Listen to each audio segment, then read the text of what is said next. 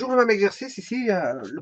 J'avais fait une vidéo précédente concernant le poids de flacons de pénicilline livré par une société pharmaceutique qui est distribuée suivant une loi normale avec une moyenne de 126 mg et un écart type de 4 mg. Voilà. Et si on prélève un lot de 200 flocons, quelle devrait être la proportion d'entre eux dont le poids est égal à 130 mg?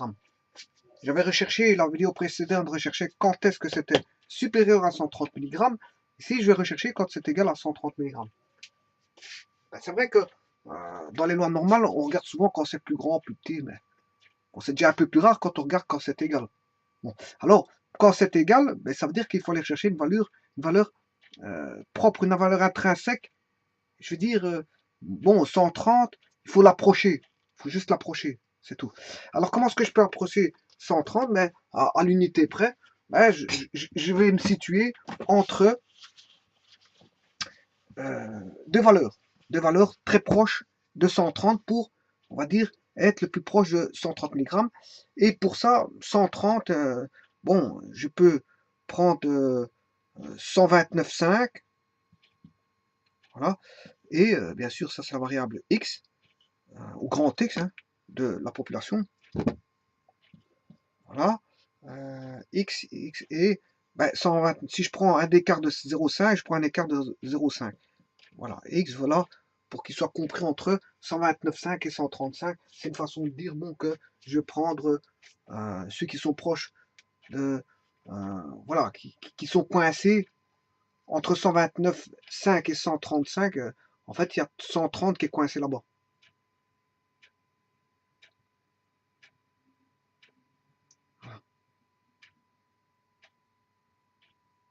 Bon, maintenant, pour changer de variable de cette loi normale, ben, je vais enlever la moyenne, faire le décalage, pour passer à la variable t, pour aller lire dans mes tables, bien sûr. Hein.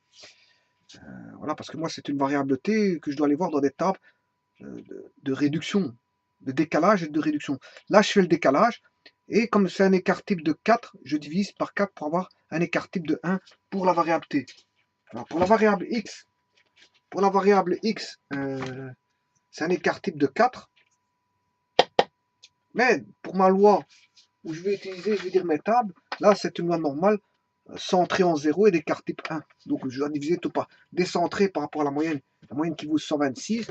Donc je vais faire 129,5 moins 126 divisé par 4 pour la réduire, avoir un écart type de 1. Voilà, et pouvoir aller lire dans mes tables. 130,5 moins la moyenne divisé par l'écart type 4 là. Là maintenant je peux aller voir dans mes tables. Je suis passé à la bonne variable avec les bonnes valeurs. Et la valeur de la variable t, bon, c'est pas la même chose que la variable x parce que j'ai fait un décalage, un décalage et une réduction. Donc, il suffit de calculer ça pour avoir les bonnes valeurs de t.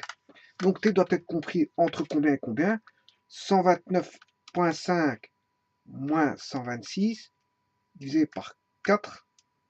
Et là, j'ai 0,875. 0,875.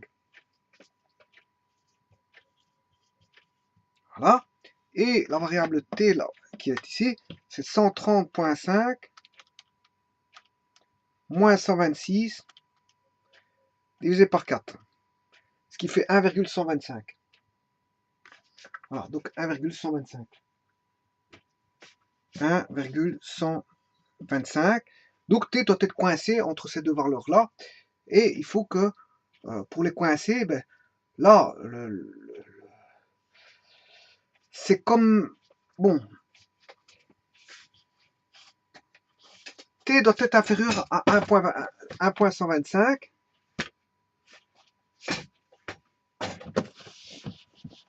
Attention que je réitère encore une fois l'attention sur mes tables qui sont des tables, dire qui sont données avec un t strictement positif. Hein. Voilà, c'est une version de table avec un t qui est strictement positif. Voilà. Bon, maintenant, si je devais prendre t égale 1,125, tout ce qui est dire que t doit être, je vais dire, compris entre 0,875 et 1,125, Voilà, quelle est la probabilité d'avoir ceci, t entre, voilà. Bon, t inférieur à 1,125. Va me donner quelle probabilité. Ouais, je vais aller voir mes tables. Bon, c'est bien sûr. Moi, je n'ai que les centièmes. Hein. Je n'ai pas de millième. Donc, je vais aller voir 1,12. Donc, 1,12.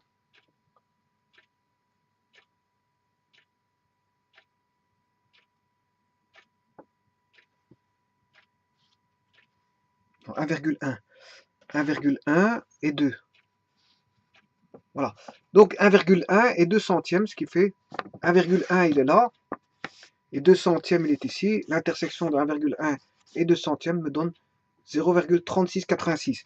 Bon, j'ai pas 1,125, il faut que j'aille chercher 1,12. Vous comprendrez que 125 là, il me sert à rien.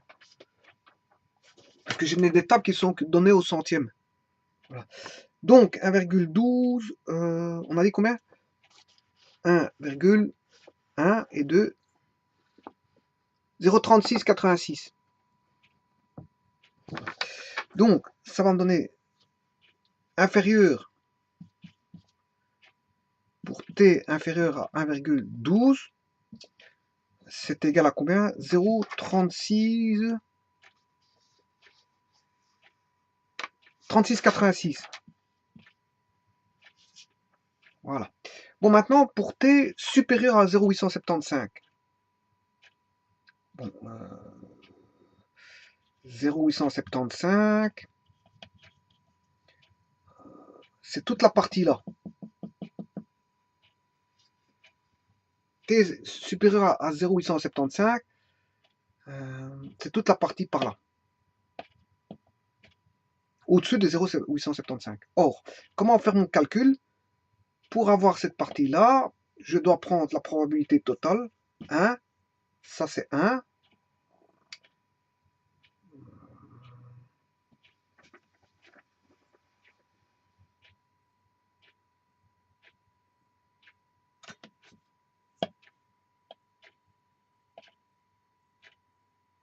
C'est 1 moins la probabilité de,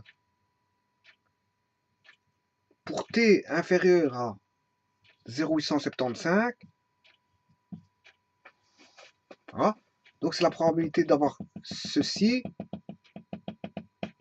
plus ceci. 1 moins la probabilité d'avoir ceci plus ceci. La partie là, on sait bien qu'elle vaut 0,5. Voilà. On sait bien que ce qui fait 1 moins 0,5, ce qui fait 0,5. Donc on aura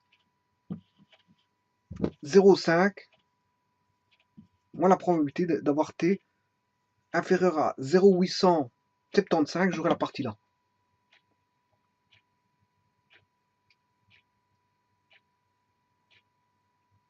Donc, mais t inférieur à 0,875, donc 0, la probabilité d'avoir 0,875, 0,8, bon, 0,875, je ne saurais pas l'avoir, hein, je sais avoir 0,87, 0,8 et 7.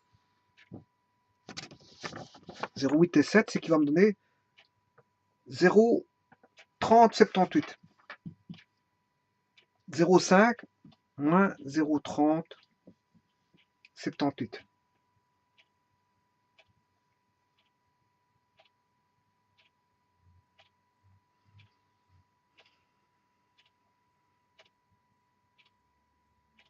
Bon, mais ne perdons pas de vue qu'on cherche la probabilité comprise entre 1.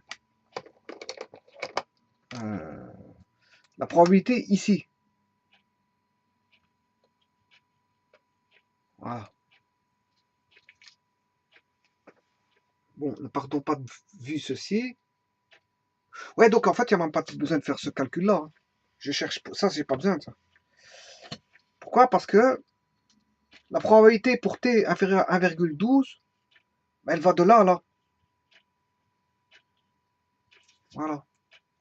Et si j'enlève la probabilité ici, qui va de là à là, mais j'aurai la probabilité intérieure. Donc j'ai tout ceci comme probabilité donnée pour t inférieur à 1,12, de là à là. Bien, d'ici à ici, j'aurai la probabilité pour t inférieur à 0,875. Et en soustrayant la probabilité ici, moins la probabilité ici, j'aurai la probabilité de l'air ici.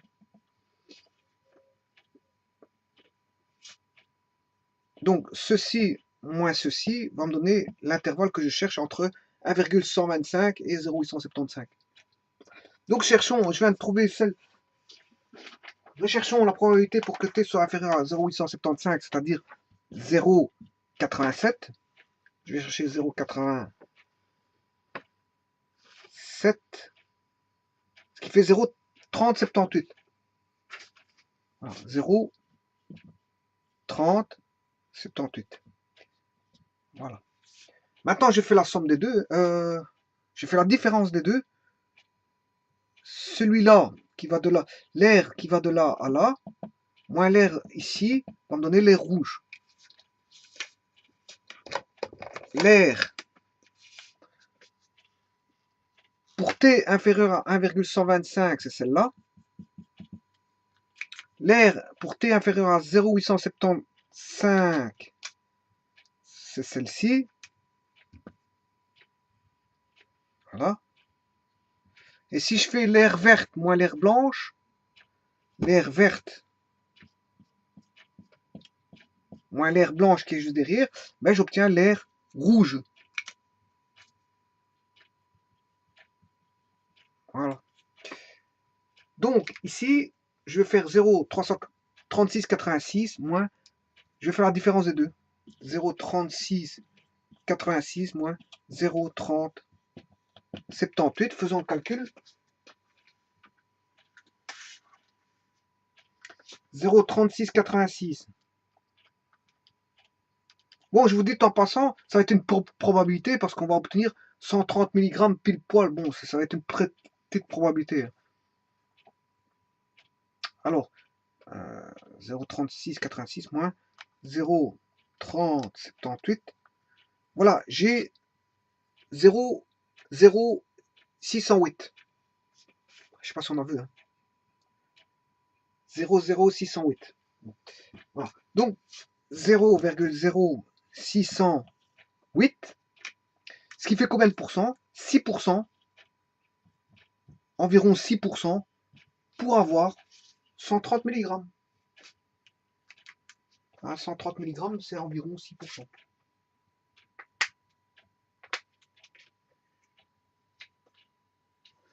Bon, je vous ferai remarquer que les lois de Gauss ici, c'est l'usage des tables. Hein. Et l'usage des tables, c'est comment additionner ou soustraire les airs pour essayer d'avoir la bonne probabilité. Ce n'est que ça, c'est un exercice d'air. Hein. Bon, il n'y a rien de compliqué là-dessus. Hein. Vous décentrez, vous vous ramenez à cette courbe-là, puis vous cherchez les airs. Il n'y a rien de difficile là-dessus. Bon, la loi, elle est connue. Il faut l'appliquer, mais il faut bien l'appliquer par rapport à la lecture du tableau. Et la lecture du tableau, c'est que faut-il rajouter comme air, sachant que l'air, il n'y a qu'une chose à savoir, c'est que la probabilité, l'air total, je démontrerai ça une fois pourquoi l'air vaut 1. Ici, tout d'abord, dans une probabilité, on ne peut pas dépasser 1 en probabilité, on ne peut pas se situer en dessous de 0. On est compris entre 0 et 1, toujours. On a toujours dit, 0, c'était un événement impossible, alors que 1, c'est une probabilité, je veux dire, c'est un événement, comment on appelle ça, certain. Voilà. Et donc, les probabilités sont toujours comprises entre 0 et 1. Voilà. Et donc, là, on a une courbe qui donne une probabilité comprise entre 0 et 1, mais c'est l'air qui va nous donner la probabilité, l'air, d'une courbe spécifique que je vous montrerai par rapport à quelle fonction ça a été utilisé, comment calculer cet air-là. Voilà. Mais bon, tout était fait via une courbe centrée réduite en 0. La courbe est symétrique, hein, c'est une courbe en cloche, la courbe de Gauss, courbe de la loi normale, c'est une loi normale. Elle est symétrique, ce qui veut dire que si la probabilité totale fait 1, là on a 0,5 et là on a 0,5. Voilà. Et que mes tables donnent pour un t qui est toujours strictement, enfin strictement non, mais pour t compris entre t et un t positif. Bon, elle donne toujours la partie là, et jamais la partie là-bas. Donc, ce qui veut dire que parfois il faut rajouter 0,5 si je veux toute cette aire là. Mais vous comprendrez que je dois rajouter 0,5, hein, 0,5 plus ça. Si je veux la partie là maintenant, ben, la partie là, c'est autre chose. Je dois faire 1 unité moins l'air total, moins le 0,5 ici, moins la probabilité ici pour avoir cette air-là. C'est des calculs d'air. C'est ça que je vous dis, il n'y a rien de compliqué là-dessus, c'est juste de prendre la bonne air possible pour avoir la bonne proportion, c'est-à-dire le bon pourcentage, la bonne proportion. Donc la bonne air qui correspond, l'air qui correspond bien sûr à la probabilité, voilà, la probabilité de l'événement, euh, voilà, de l'événement. Ici, c'est l'événement ici, c'est le poids de flocons de pénicilline livré par une société pharmaceutique et distribué, bien sûr, suivant une loi normale. Donc, elle suit une courbe de Gauss comme ceci. Donc, en fait, comment elle suit une courbe de Gauss, connaissant les paramètres de moyenne et d'écart type, je peux aller lire dans le tableau facilement en allant chercher les aires du tableau qui donnent les probabilités, puisque les aires donnent les probabilités. Donc c'est juste un calcul d'air, hein, parce que le calcul d'air, c'est que faut-il retrancher ou prendre pour avoir la bonne partie d'air de la courbe qui donne la probabilité, tout simplement. C'est juste ça, c'est juste un calcul comme ça. Voilà, mais il n'y a rien de compliqué là-dedans, hein. C'est toujours le même cheminement pour la loi de Gauss. Je vous remercie.